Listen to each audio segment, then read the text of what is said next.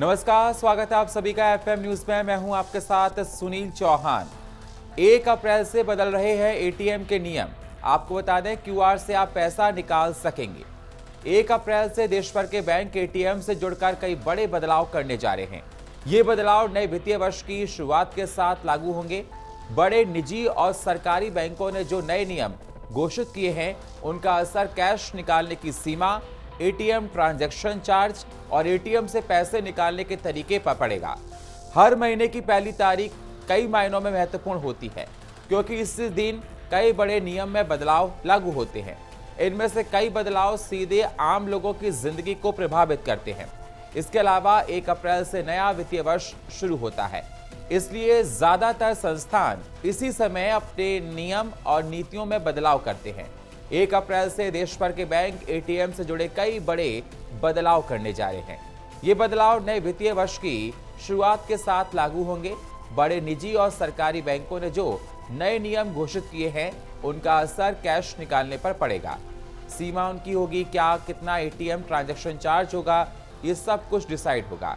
HDFC bank ने बताया कि अब यूपीआई से एटीएम पर कैश निकालना भी आपके महीने की फ्री ट्रांजैक्शन लिमिट में गिना जाएगा।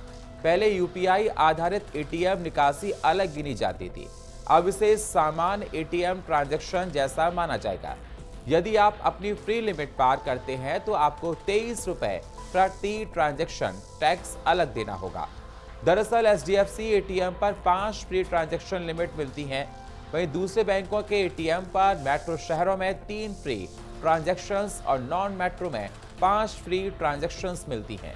पहले यूपीआई आधारित एटीएम निकासी को अलग कैटेगरी माना जाता था, यह आपकी फ्री लिमिट में शामिल नहीं होती थी। लेकिन अब यूपीआई से की गई कैश निकासी भी आपके कुल फ्री एटीएम ट्रांजैक्शंस का हिस्सा मानी जाएगी। पंजाब नेशनल बैंक ने भी कुछ बदलाव किए हैं। नई व्यवस्था के अनुसार कुछ खास डेबिट कार्डों से अब ग्राहक 50,000 से 75,000 रुपए तक प्रतिदिन निकाल सकेंगे। ये लिमिट आपके कार्ड के प्रकार पर निर्भर करेगी।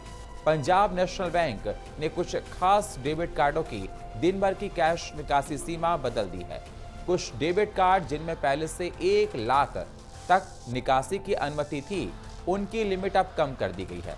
इसी बीच जियो पेमेंट्स बैंक ने एक नया तरीका शुरू किया है। अब ग्राहक क्यूआर कोड स्कैन करके पैसा निकाल सकेंगे।